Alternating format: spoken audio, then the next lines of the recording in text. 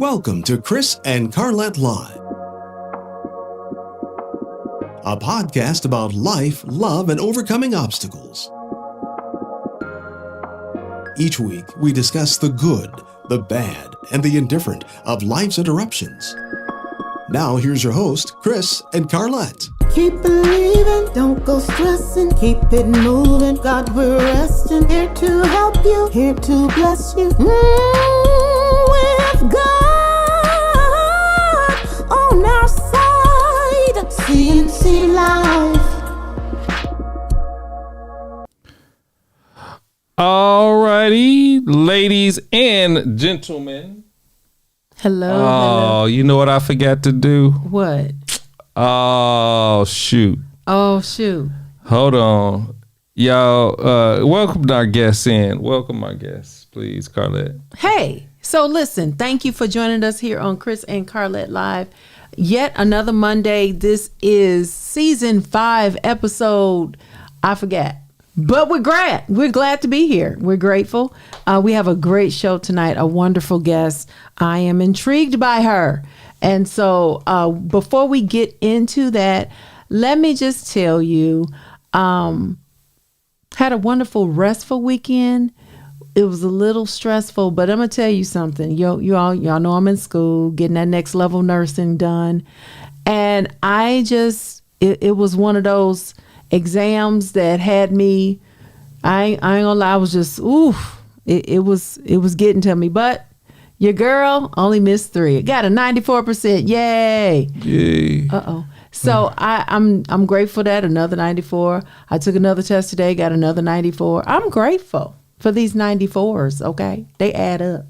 But just grateful. Thankful for my husband who supports me when I say got to take a test. When I have a test, then, he holds it down until I'm able to come out the cave and, go from there. But I'm grateful for that. And I got my study buddies. We all work together and, we get it done. So grateful for that. Learning a lot. But I'm ready for this semester to be over. I'm ready. I'm ready. So listen, another thing that I have my Black History fact. Now, we did miss last week because we went right into the show. Very excited about what was happening and who we had on. But this is the 60th anniversary this past weekend, March 21st, anniversary of the March from Selma to Montgomery.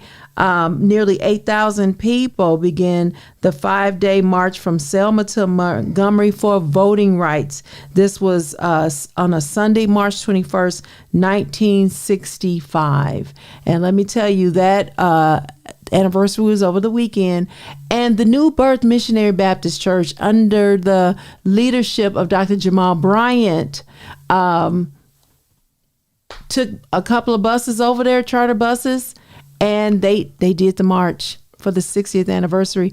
And it was very moving. I was watching the footage that they did yesterday, and I'm grateful for his ministry. I'm grateful for his purpose and what he feels is the call of God upon his life for us as a people.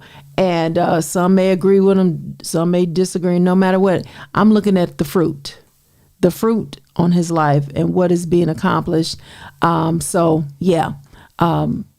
Major respect and honor to Dr. Bryan and New Birth Missionary Baptist Church and what they are doing. And they're making strides. They are a church on the move, and they're doing it. So guys and gals, last week, my lovely wife, that would be me. That would be her sitting to my right, your left. Mm-hmm. I don't want to say eloquently, but she thought about her husband, and prior to my birthday on this past Sunday, so she organized a trip with my Bill, who is her brother, Javon Blakely, Pierre Blakely, and some other friends. So we had the opportunity to all meet up and go to Pigeon Forge in Tennessee. And that was like a great trip. Look, y'all, we cracked jokes. We talked about each other. It was so bad. I was like, OMG. But we had a great time. So I just wanted to show you just a few little pictures that we and while you go over to the, shout out to my old classmate, Mr. Christopher Diggs, one of the best barbers in Michigan City. He is watching us. Thank you. Yes. Thank you, Chris, for joining us. This is we went to this little thing. I forget what you call it. Let me social. That's what I want to bring up. Okay. So we went to this little place where you fire guns. It's like a 7D type thing. Then we went to a gun range. So that's Curtis. We shooting guns. Of course, you know, I have a. Hey, Cordell. Carrie. He's on. Yep. Oh. Hey, Cordell. And yeah, that's him shooting right there, shooting the gun. That's him. Next one. The next one, that's Jay. That's Apostle Javon Blakely My brother. trying to fit in the back seat of the truck. So he Okay, was very you know what? cramped. Next picture. Get off my brother. Get off my brother. I guess the only saving grace for him is that he was short. That he's short. You know so. what? Next picture. Let's see. What's this one right here? That's your brother eating his favorite Popeyes chicken. That's him. My brother told me Popeyes is gonna be in heaven. Popeyes is gonna be in heaven. And somebody else told me that Starbucks is gonna be there too. Oh Lord. Mm-hmm. Okay. I don't know about that though. And then this is none other than Apostle Joseph Walters. Let me tell you about this guy. This guy is an amazing man of God. He goes to sleep at a drop of a hat. You know what? I'm like, oh my God, he'll eat and then go to sleep right there at the table. You know what? I need you not to do that. I need you He'll not be in to the do car. that. He'll be in the car. Y'all, hold on. He'll be in the car. That is Cordell. He'll be in the car. Cordell. And he'll be falling asleep. And I'm like, oh my God, this dude is just like, he'll fall asleep at a drop of a hat. And let me tell you, but the kicker, speaking of Cordell. So Cordell. like the cabin that Carlette rented, right, or Airbnb, it had 4 different floors. And so the top floor was where we stayed. Then there was a middle floor where the kitchen was. And then there was another floor that had, I think like a family room or whatever. And then there was the basement kind of floor. I tell you, one night we woke up and all we heard was somebody snoring. I need you not to do that. I need you not to do that. This joker, Cordell, I'm about to tell it. No. Cordell, I started to go get Jay CPAP. You know what? You wrong for that. Cordell. You don't know who's listening with us on the CPAP. Don't do that. We heard it all the way from the bottom floor, Cordell snoring. I'm like, Jay, so wrong. One night, the first night, he was sleeping right next to us, right? Mm-hmm. And Jay said, it felt like the walls were rumbling. That brother was tired. He was tired. No, he wasn't tired. That's the way I feel sorry for his wife. Oh, but that's enough because we could go on and on about that. Yes. We have a guest this week, so I just had to get that out. But thank you, darling, for my fantabulous weekend. It was so. You know what? It was from Monday to Thursday. I wanted you to go because I told you there was only one thing I wanted you to do, and that was laugh. Mm-hmm. I just wanted you to laugh. Oh yeah, we laughed. And I knew you were with the right people. Yeah, we laughed for that to happen, and you needed that. You came back refreshed. Yes, you had color back in your face. It was good. Our lack of, but no, so all right. Introduce our guest. So listen, we have this great content creator, but she is living the dream. The dream for us in the RV world. You know, some people aspire to that. You know, I don't know about me. But I'm just saying, I love it. I do love the RV life. But we have Miss Erika here, who is the creator behind Finding Erika on YouTube. Go to her page and subscribe, Finding Erika. She's an author, photographer, freelance graphic designer, and a full-time RVer with a passion for adventure and storytelling.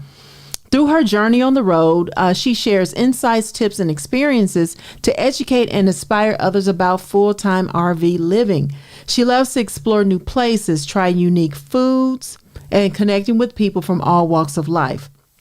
Whether it's through her books, photography, or videos, her goal is to help others embrace the freedom of RV life, navigate its challenges, and create their own unforgettable experiences. Join her on Finding Erika on YouTube as she travel, learn, and share the beauty of life on the road. Let's welcome her in, everybody. All right.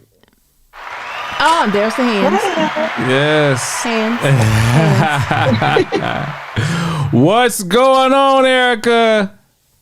Nothing much. I got to say, it is an absolute pleasure to be here this evening and kind of chop it up with you guys and kind of go over, what life is at this stage now.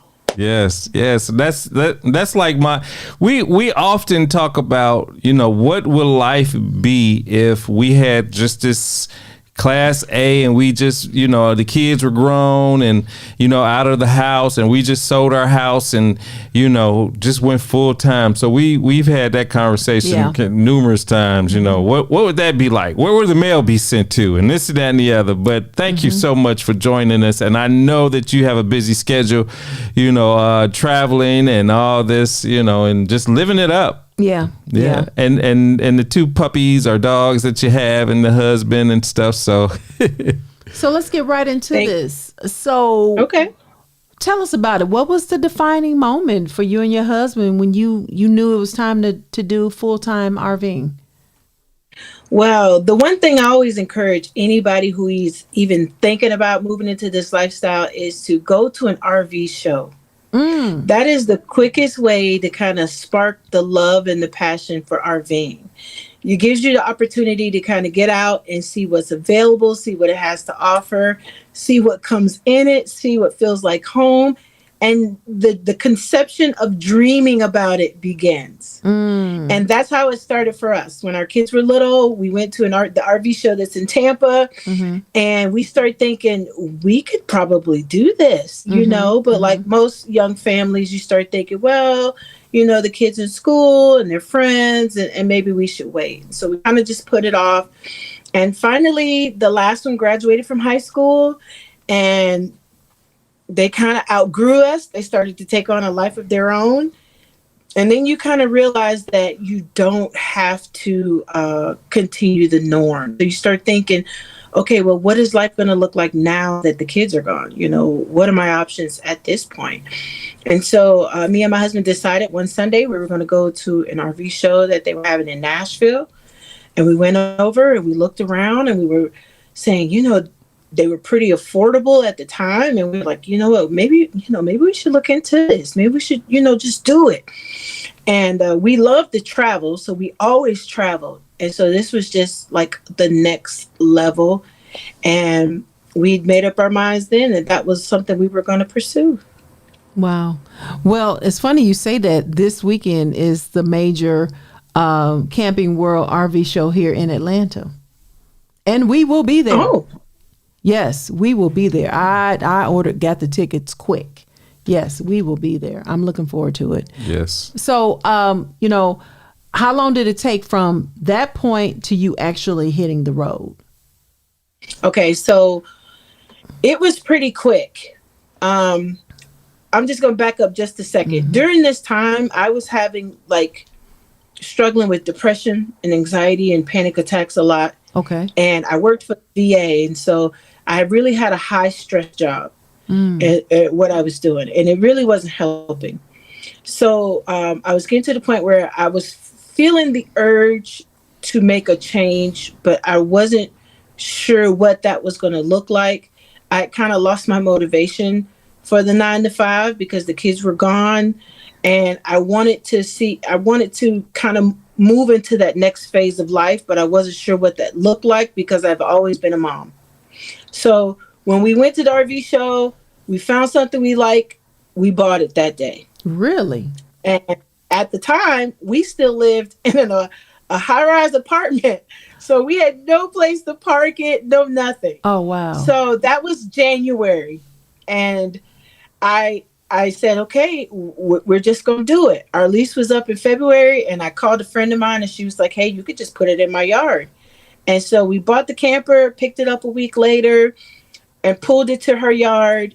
And then I said, okay, now that we got it, there's no going back. So we started eliminating things, it was hard, but it was easy, but sentimental. Okay. Right? You have some things that you don't want to get rid of, that's hard for you to get rid of than others.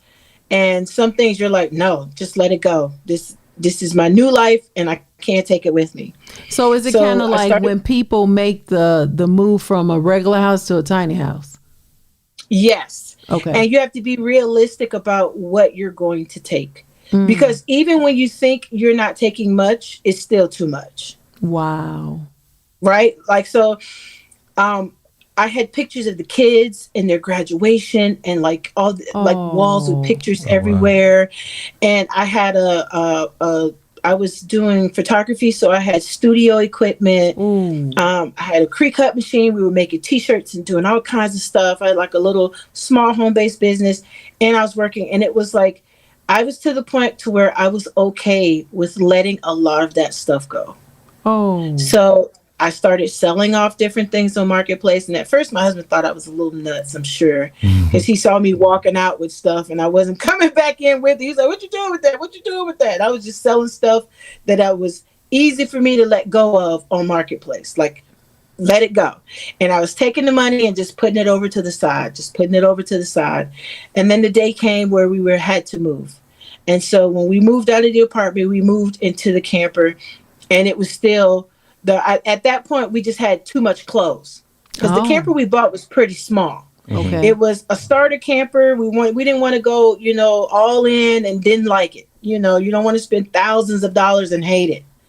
So we got something really small, and it was big enough for the two of us. It was, a little small cage match. Okay. And we put our stuff in there, and, then we decided, I hope we have enough space for clothes and shoes and, little things you wanted to take. And even then we had to leave stuff, we had to leave stuff behind. But after a while, you realize how much you really don't need stuff. Wow. Right? Because a lot of the stuff you're holding on to, it that's exactly what it is. It's just stuff. And I had to make up in my mind, okay, am I going to make room and overextend myself to house stuff, or am I going to take this money and put it towards an adventure, and really kind of just enjoy life without being tied to stuff?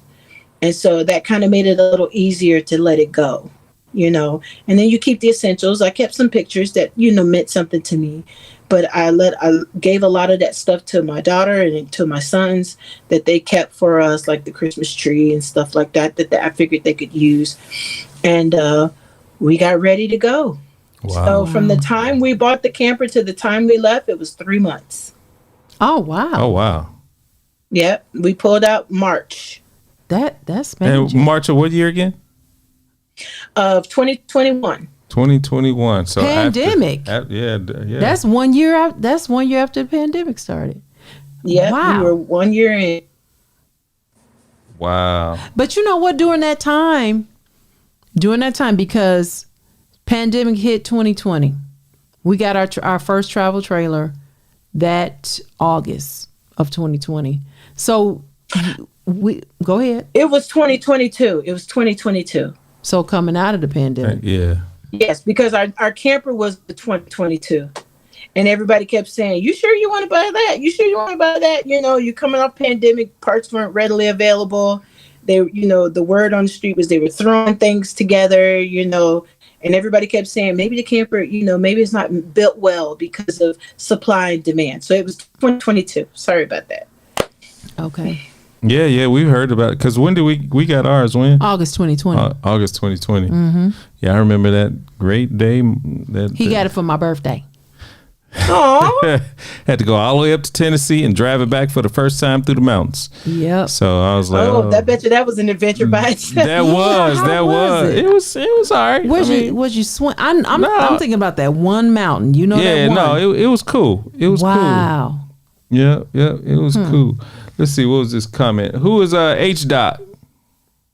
That is one of my friends from my channel. Oh, okay. What up, H Dot?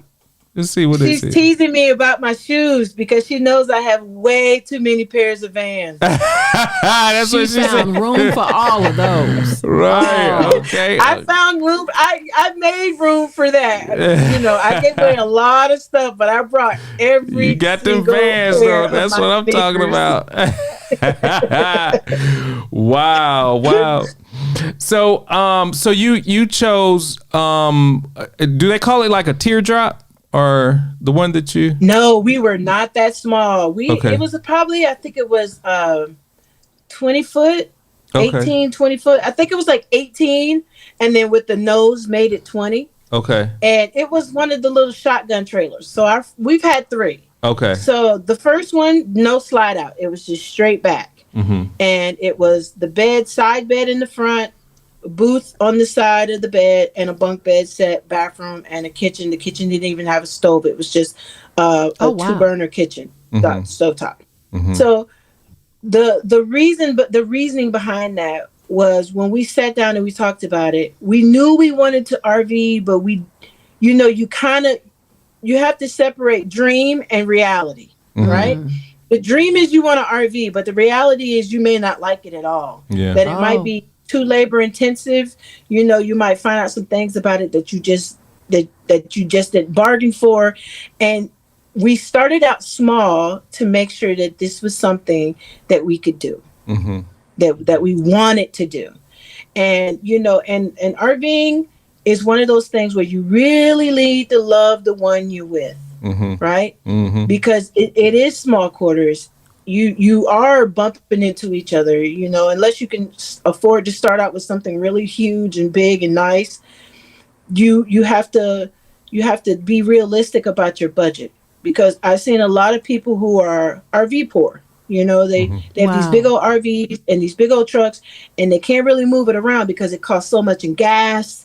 It costs so much in the space, because the bigger the RV, the more space you need, the higher voltage, you need 50 amp, and it's just a cost to it. So the more frugal you can live, it's going to be better for your quality of life. I've never heard of RV. I think a lot of times people try to take what they're accustomed to with big houses and then just transfer that into a big RV, but there's a cost associated with that, especially if you want to travel around. It becomes expensive. Yeah. You can get a space for $100 a night, depending on how big your fifth wheel and travel trailer and all that stuff is. So you don't want to be RV poor. Right. You don't want to be camper poor, where it's all you can do to keep up the maintenance and keep it going. Wow. Hey, if you all are watching H-Doc, specifically you and other guests that are watching, make sure that you like, subscribe, and share this content, especially for Erika. Make sure because she is the guru. She just gave us a new term. I'm like, I didn't think about that. RV poor. RV poor. But it makes so much sense, because I was telling Chris, I was like, you have to make the decision. Okay, am I going to buy a piece of land that I can still call home with all the hookups, even if it's no actual home there? It becomes home when I park my RV and hook up, and we stay there for a while and maybe have some stuff in storage or whatever. Or do you live it where you go from park to park and you pay that monthly? Man. Yeah. You know what? I wrote that. That's what my second book was about, is RV lifestyle for me, right? Because there's different types of RV living. And so you have your weekend warriors, you have your seasonal RVers, you have your full-time RVers, you have your summer RVers, people that, different types of RV living. There's different places you can live. And I'm going to give you this little tidbit. It is always better to have your own. The key to RV living is to own the home. You want to hit the road with not a lot of overhead.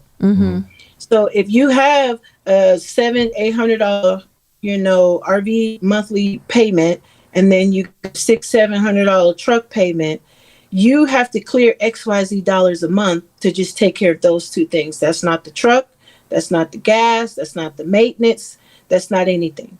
So you want to keep those kind of things in mind and determine what kind of RVer you'd like to be. Are you a person that's moving into it because it's a cheaper way of living? Or are you moving into it for the adventure of moving around in it? Then you base your budget on what kind of RVer you want to be. Now, our goal is to get a piece of land like you're talking about and to be self-sufficient. So when we travel around and when we're ready to settle down for a couple months, we do have something that we could call home, right? Versus continuing to keep paying whatever the campground is asking for. Because you have RV parks, and those are usually where people live, and then you have campgrounds where it's more temporary. Wow. So it's one of those things where it depends on what kind of frugal living you want to live, right? If you have the money up front to go ahead on and get you maybe a well where you could use well water or get some rain catchers to kind of help with the water collection, get you some solar panels to help with your electricity, get you installed a little septic so you can dump or whatnot, and you can do all those things up front. It's going to always be better to have your own land, but not everybody can do that. And so maybe staying in an RV park will be more financially feasible for you. But if you can afford it, it is always better to acquire a piece of land. And when you're looking at land, you want to make sure that it's recreational land.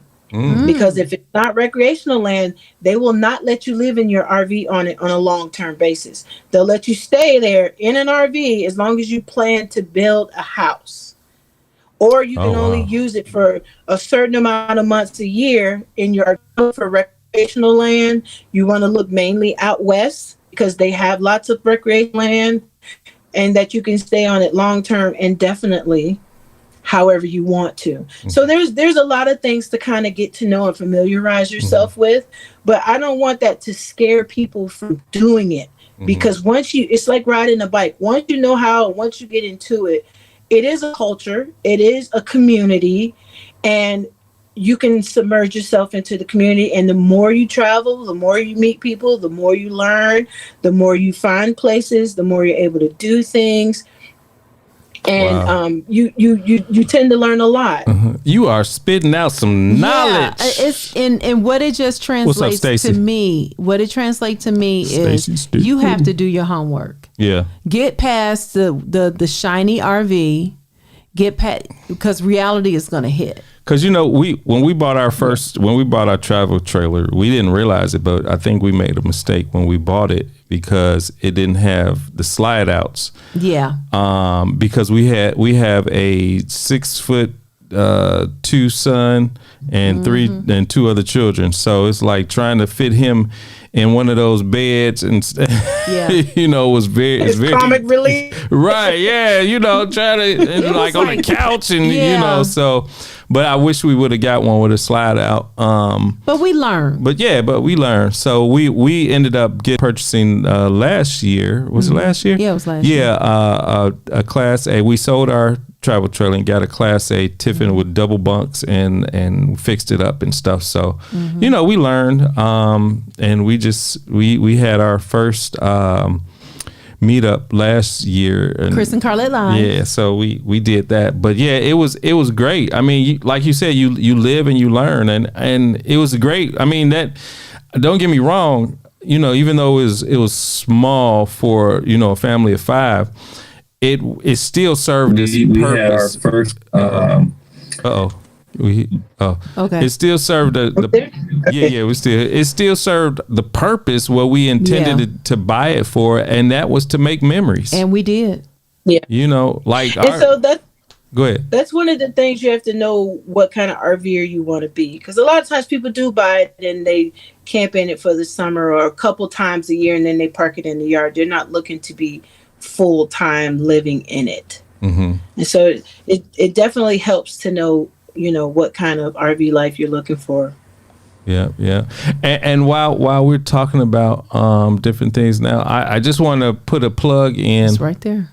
For our meetup. We have a meetup coming up in May. So make sure if you all want to come out, May 23rd through the 26th, that's at Worthern, Georgia. Worthern RV Park is Black owned. So make sure you come out and that's support. Memorial Day weekend. So you off. You know you got that 4-day weekend. Or 3-day weekend. And don't call them out like that. Right. You know you got that 4 weekend. Come on, crank it up. It's the beginning of camping season. Let's do it. And Erika, do you still print T-shirts? We do. We can't. We do. We have the option to do it. We can do it. Yes. Okay. I need these T-shirts printed up. All right, we'll talk about it. All right, let's talk about it. That's gonna be that's the new logo for the new that's the I guess the print for the T-shirts for this year for this meetup. So definitely want to talk about that. But yeah, so make sure you all come. You can buy a T-shirt as well.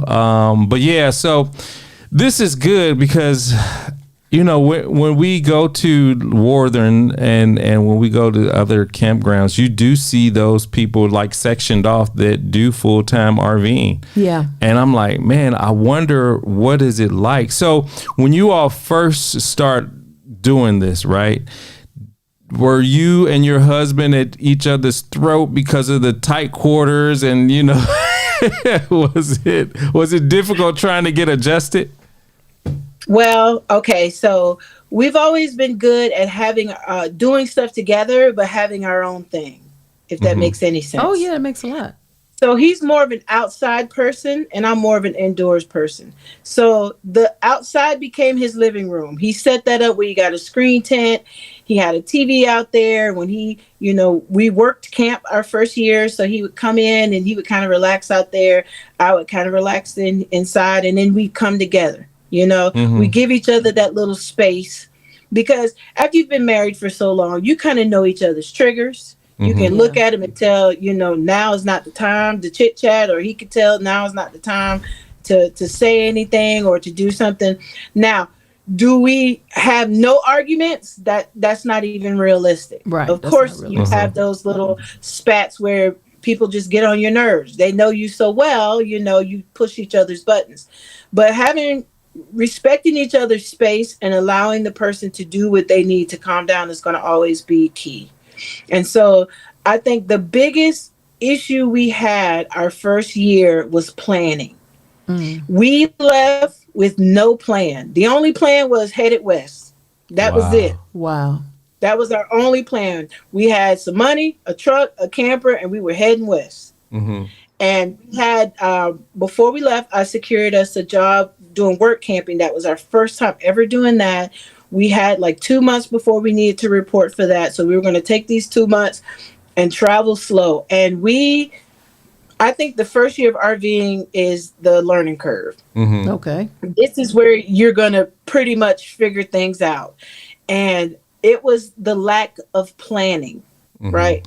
And so you plan your vacation, you book your hotel, you book your activities. But when you are traveling like this, in my mind, we were just freeballing it. And the truth is, when night falls, you need to know where you're going to lay your head, right? And so the first night we left, he was like, let's just boondock in Walmart. Right when it was getting good. Right when it was getting good. Let me see. Asleep. Okay. So say that one. Wait, go back. You said. You broke up a little bit. I said. Right when you went to sleep. No, you good. Where we are, is the Wi-Fi is so hit and miss. No, you good. Hey, it's all good. It's all good. So our first night out, we stopped and we were going to boondock at a Walmart because we'd seen people do that before. And we got out there and it was so cold. So lesson number one is we didn't even know that we could run the heater even if we didn't have power, that the heater ran off propane and that you could still run it. So we were in that camper freezing because it was still like winter. And and let me tell you how God is so good, because I was so miserable. I hate being cold. I was so miserable. I woke up and I was like, I'm getting in the truck. I'm going to turn the heater on. I'm freezing. I can't lay here anymore. And I got outside. I got up and I went outside And I went back and asked my husband, did you open the generator box on the truck? He was like, no. Somebody had got on the truck in the middle of the night and was trying to force our generator box open to steal the generator off the back of the truck while we were hooked up to the truck in the camper. Oh, wow. And I was like, that's it. Never again. I don't care who stay at Walmart. I don't care how safe they think it is. And we were parked around all kind of 18-wheelers. And that first night out, somebody tried to steal our generator off the truck. Oh, wow. And we got up and we left and we went to a Love's and we got a coffee and we just kind of sat there and laughed to ourselves. And that's the moment I realized how important having a plan was. That there's room for spontaneity in this, but not when it comes to where you're going to be at night. Mm-hmm. And so I had to learn really quickly how to find campgrounds, how to, plan ahead. And one thing I think, being naive, as you're going into the summer, a lot of these campgrounds are booked up a year in advance, mm-hmm. right? And so people leave the campground saying, hey, we want to book the same spot for next year. Or if you want to go to a national park, it's already booked up. So it was a lot of learning curve things we had to learn. Knowing how much to travel during the daytime was another thing we had to learn. You can get RV fatigue, where you're in the car all the time and you're traveling and you're only supposed to go XYZ hours a day, 4 hours a day. We go 4 hours away because a 4-hour drive could take us 6. Mm-hmm. So we go 4 hours away.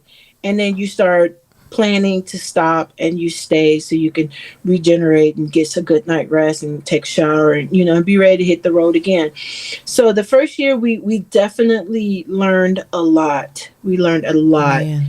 And I think that's the year when people figure out, this is not for me.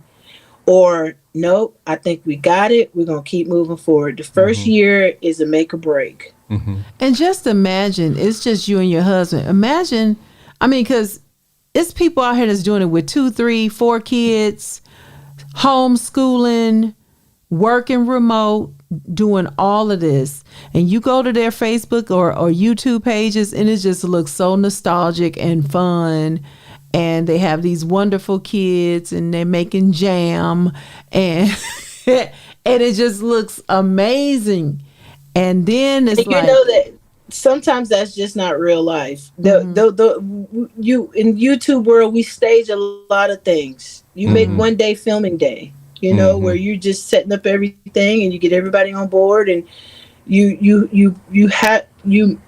my channel is more so my journey. It's like a vlog about finding Erika. It sometimes it's fun and sometimes it's tears. Mm-hmm. Wow. And I think you want people to connect with your authentic self and not sell them a dream that RVing is just wonderful all the time. Because it's not. Sometimes you have sewer issues. We had sewer issues. You try being stuck in the winter with frozen pipes. Oh no! Oh no! Frozen water hole and frozen sewer. It's life. But you can be in a house and have a broken hot water heater. Yeah. Yes, you can. So it's life still life's on the road. Right. It doesn't stop. It's just different types of issues that mm-hmm. you have. Mm-hmm. And so I think that it is a wonderful lifestyle. I absolutely love it. Mm-hmm. But it's not all national parks and hiking trips and and running on the beach and sitting in lawn chairs. Yeah. It's just not. That's not even a realistic view of what RVing is. Did you buy the little map with the little stickers to say what states you visited? Oh man, Chris, that was 2 campers ago. I'm sorry.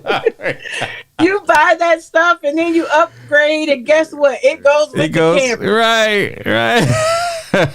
You know what? Do we have that? Is that on the? I don't know. I think we might have. Can you hear us? We had those national park stickers and all this stuff. And as soon as you sell one and get another one, you got to start all over. Right. So what states have you been to? Well, I guess, is it easier to say what states haven't you been to versus I have not been to Minnesota. I haven't been to Wisconsin. I haven't been to North Dakota. I haven't been to the Carolinas, North or South. That's probably about it. Wow. So Cali. I've been up and down the Pacific Northwest. Wow. We've been to Washington, Oregon, California. We spent some time in Nevada. I love Utah. I've been to Wyoming. I've been to Idaho. That would be Michigan. We've been to Michigan. We've been to Illinois, Maine, Rhode Island, Connecticut, Wow. New York, Delaware, Maine, New Hampshire. We've been to Philadelphia.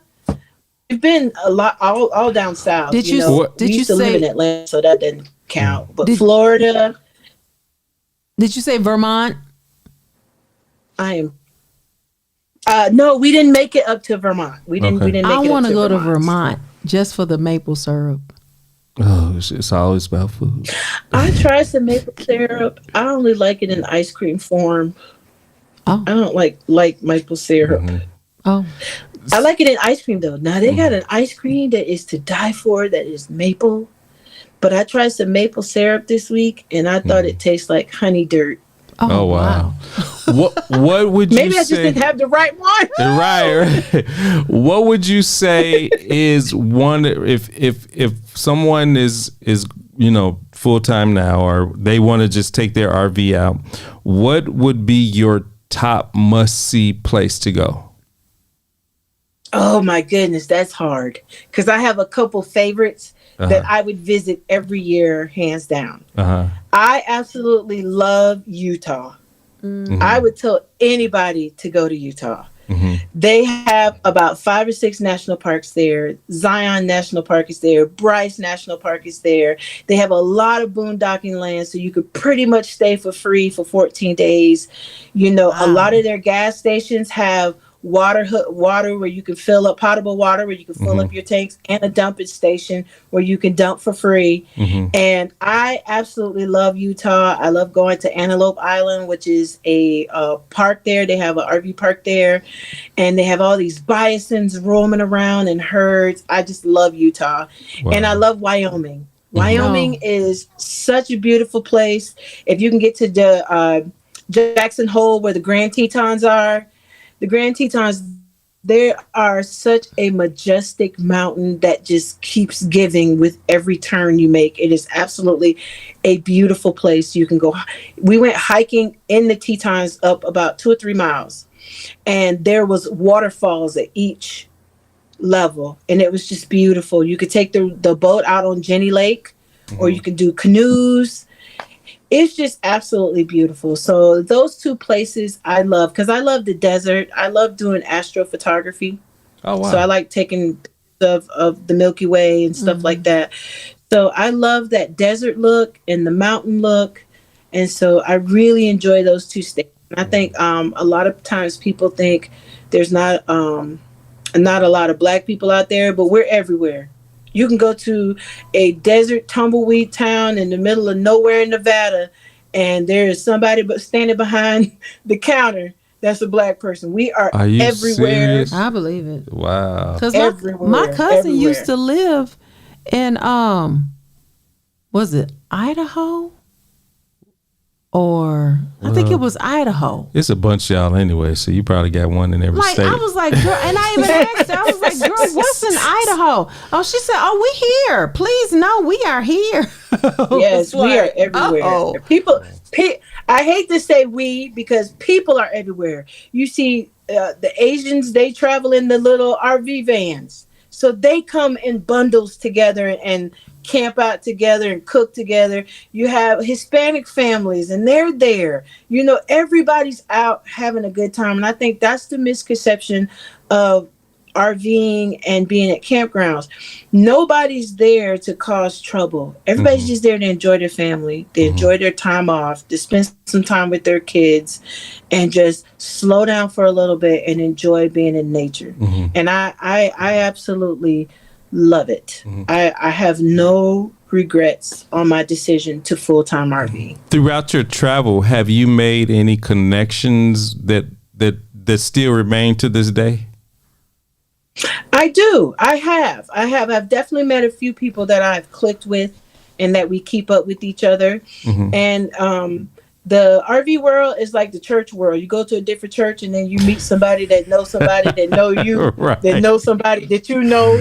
And it's like that. You go somewhere and you meet people and you run in the same circles, right? Mm-hmm. You run in the same circuits and you get a chance to meet each other again. And you say, hey, when you guys going to be back in Texas? They're like, oh, we're circling back here in a month or so, headed back this way. And you just make plans and you exchange information and we check on each other. And a lot of them have become subscribers on my channel. And, you know, some of them are friends, like we're Facebook friends and so on. So yes, I've definitely met a lot of great friends on the road that I am very grateful that our paths have crossed. Wow. That's awesome. Did you have something else? She's like in awe. I am. Of this. I mean, you're giving some good advice. Did you write a book on this? I did. I talked about our first year out on the road, so Miles of Memories. And then the second one just kind of explains what RV life is and the different styles of RV life, like kind of knowing what boondocking is versus, staying at RV parks versus staying at campgrounds. How do people finance being on the road? Because a lot of times people want to know, how can you afford to just keep traveling? Well, full-time RVing does not mean that you're driving all the time and going somewhere every couple of days you're moving. It just means you live in the RV full-time, right? Mm-hmm. But you travel as well. And so to fund your lifestyle, there's multiple ways of being able to work on the road. And so one of the ones we learned about was work camping, where you can work at a campground, you get a free space and a paycheck. Oh, wow. And so you live off of one check and you save the other. So when you're ready to go, you got some savings, right? Yeah. And then you find a place that you like in an area you've never been, so you can explore, so you can do some videos, so you can, get out and have some experiences for the months that you're going to be there. Mm-hmm. And so it just kind of explains how you can live this lifestyle without having a traditional 9 to 5, Monday through Friday, that it is possible. Yeah. And then you have people that, like myself, that end up writing a book or doing a cookbook or do enough videos that they can get paid from YouTube, because now they're monetized, and then you get partnerships. And that's the dream fantasy way. Mm-hmm. But if you'd like to, because not everybody gets monetized. It's hard to get views. It's hard to get people to sit down and pay attention and love what you do and become a loyal follower. Right. But once you get it, you got it. You're on your way. Right. And so that's what everybody inspires to have. But meanwhile, you still got to eat. Meanwhile, right? back at the camp. So there's ways to finance your new life on the road. Mm-hmm.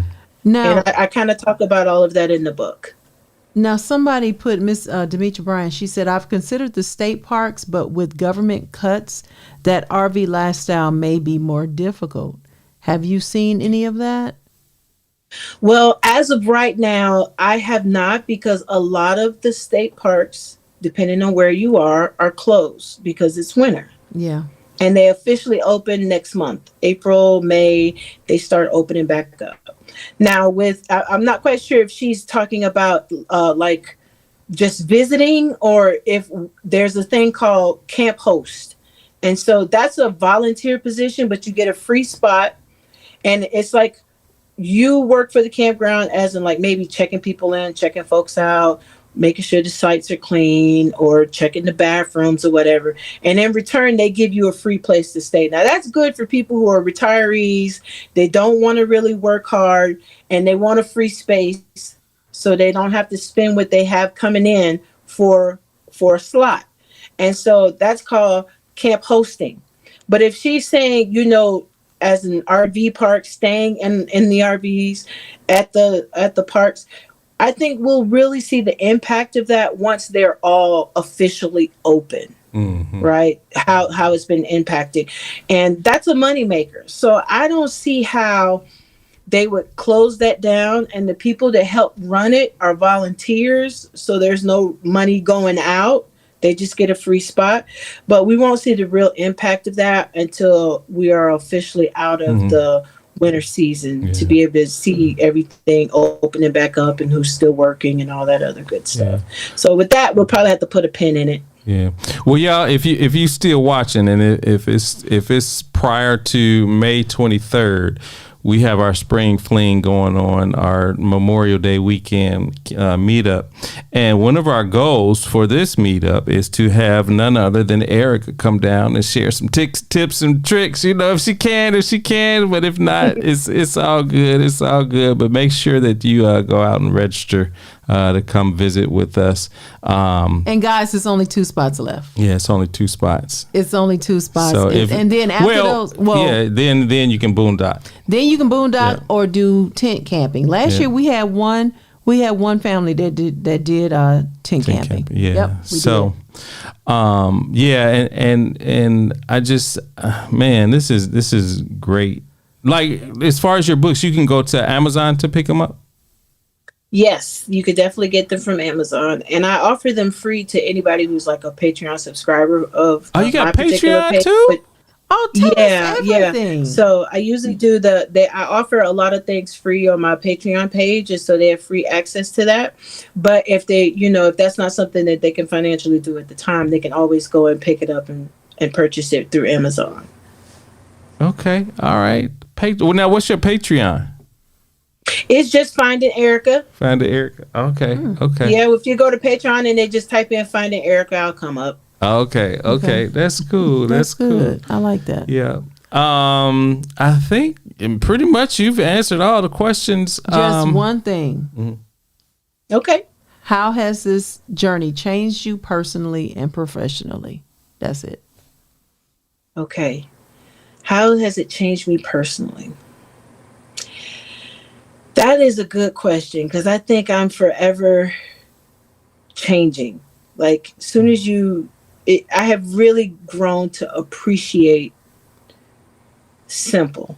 Like, I've grown to appreciate the fact that I don't need a whole lot to make me happy. I remember I couldn't move into a place until I know when the cable guy is going to come. Because you got to be able to watch cable. It's like I've learned to embrace a simpler lifestyle, and I'm happy with it, right? And I'm happy with what I'm doing, and I enjoy the journey and not the struggle of trying to constantly make something happen or to constantly trying to keep with something. And so not financially, for my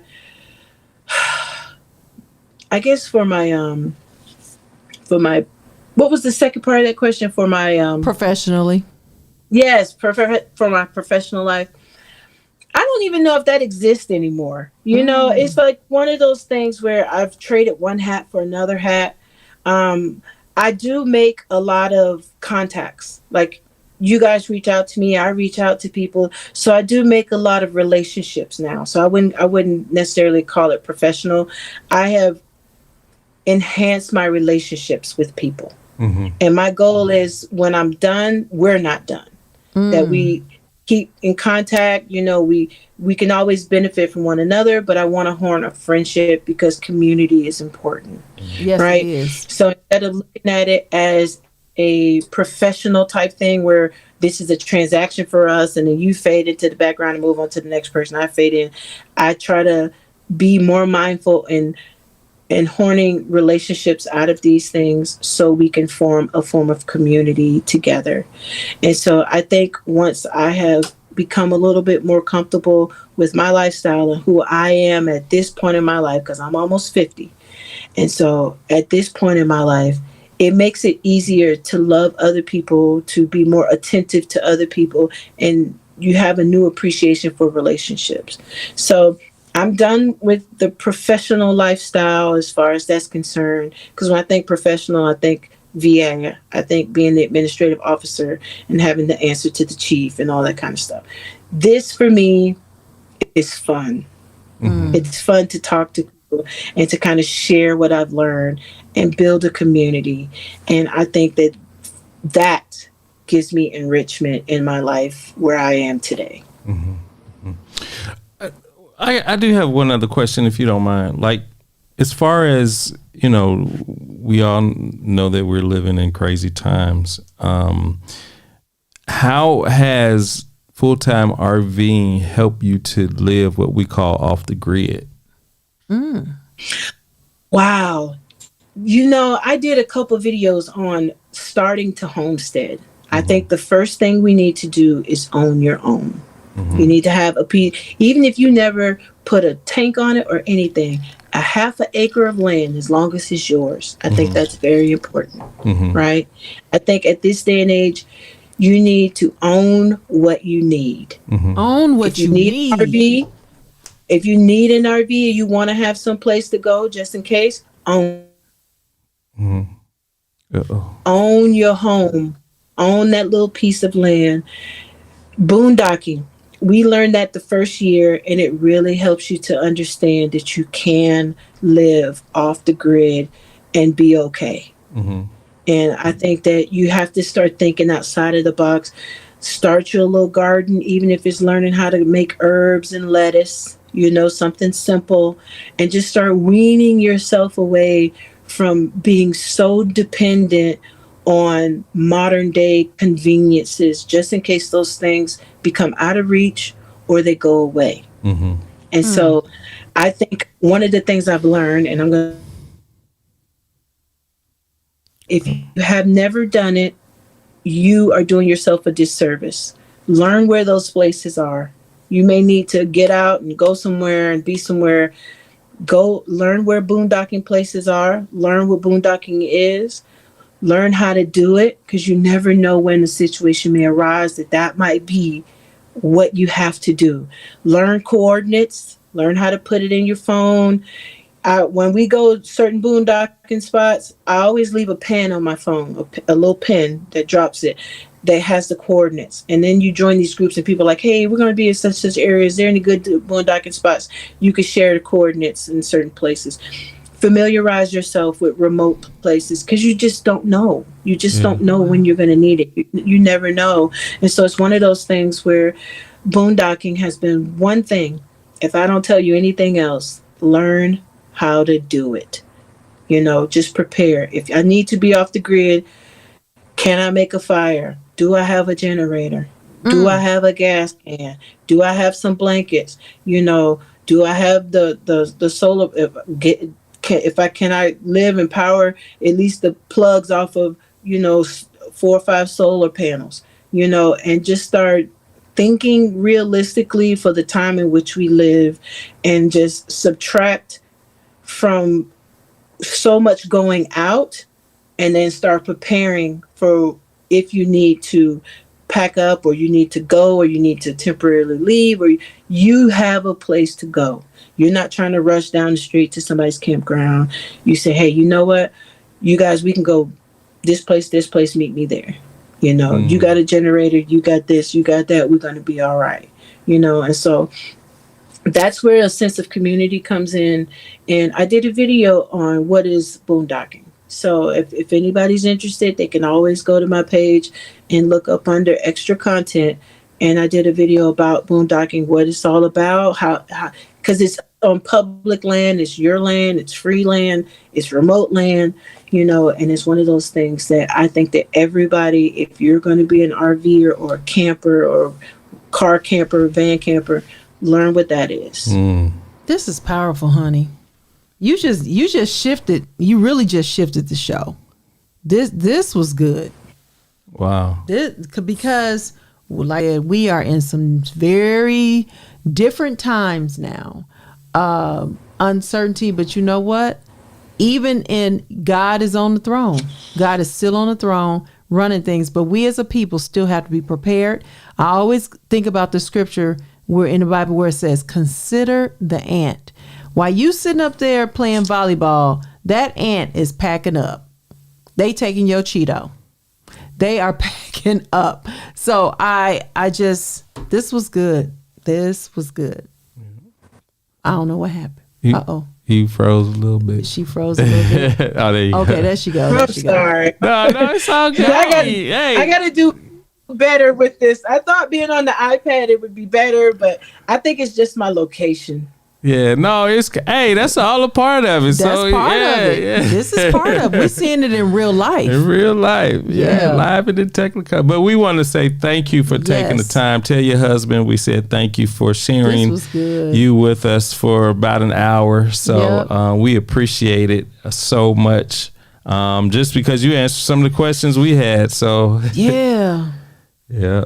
Well, it's been a pleasure. I appreciate any time I can spend time with other people and share anything that I know. It's always a blessing to be able to fellowship with folks and share knowledge. Yeah. Make sure you all, if you're listening, make sure you go out to her YouTube page and Yes. like and subscribe. Make sure you go to her Patreon. And look that up and subscribe, as well as go out to Amazon to Yes. purchase some of her books. Two of her Yes, books. Yeah. 2 of her books. Yeah. So And if you're unsure, DM us, DM her, send a message. We will get you connected to Erika. Totally. yeah. And Can I just end with this one little word? Yes. Yes. Do not be afraid to do something different. Everybody does not live the same. We don't have to live the same. And it's okay to have a dream and to follow it. Wow. Thank you for saying that, because us owning the RV, period, which is why he got it for my birthday, was a childhood dream of mine from the I Love Lucy show. You remember There you Lucy? go. Lucy went I do from remember East Coast Lucy. to West Coast, and she collected a rock everywhere. And time they had to hit the mounts, she had to get rid of the rocks. And Ricky was like, "Why is this thing not going up these mounts?" But it was just always. And then my godmother Rosalind Wilson, they had one of the campers that you attach on the back of a truck. But it was the cutest thing with the little kitchenette. It was just perfect for 2 people. So thank you for saying that. And I'm so glad you even said earlier how us people, we are doing this. We are everywhere. We have RVs. We have communities. Some of us are full-timers or seasonal or whatever. But we're doing it because, we've been said, oh, y'all act like people. So, yes. And I think that people don't understand. They think I'm living on some endless camping trip. And they don't understand that you don't have to live traditionally in brick and mortar. Mm-hmm. And RVing is not for one specific group of people. It's for anybody who is interested in living a different lifestyle. And that's okay. We don't all have the same dream. And that's okay too. Yeah. Wow. That's okay too. Live your life. Yep. Well, we're going to call you after the show if you got a few minutes. I need to talk to you about these T-shirts and trying to coerce you to come down to our meetup. He said coerce. Oh, wow. Yes. And but we will call you back after after the show. Do you have time after? I do. Okay. All right. Cool. Thank you so very much. Thank you so much. This was great. Absolutely my pleasure. It was so much fun. Thank you guys for having me. All right. Take it easy. All right. Bye-bye. Bye. Well, there you have it, folks. That was wonderful. I mean, that show just shifted in the last 10 minutes. Mm-hmm. That was major. That was good. That was wonderful. Look at my hair. Okay. I see. I see. Mm-hmm. No. Don't start. No. And you don't like the gray. No. Gonna wash that gray right out of my hair. I keep washing it gets whiter. It looks whiter. Okay. The devil. That was wonderful. She said, own what you need. Own what you need. And that's not the second need what time. You own. Right. Listen. Wait, what? If that makes any sense. No. Well, no. You don't always need what you own. Yeah. Get rid of some of that. That's why people do yard sales. They don't always need what they own. Yeah. So, own what you need. She's the second person that told us, Chris, that we need to learn how to boondock. The very first person was at Worthen. I think we went to Worthen. It was either the second time we was at Worthen, and we met Miss Natalie. I still have Miss Natalie in my phone. Okay. All right. And Miss Natalie told us, she said, y'all need to learn how to boondock. She told us that back in, I want to say it was probably 2020 or 2021. All you gotta do is throw the pumps on.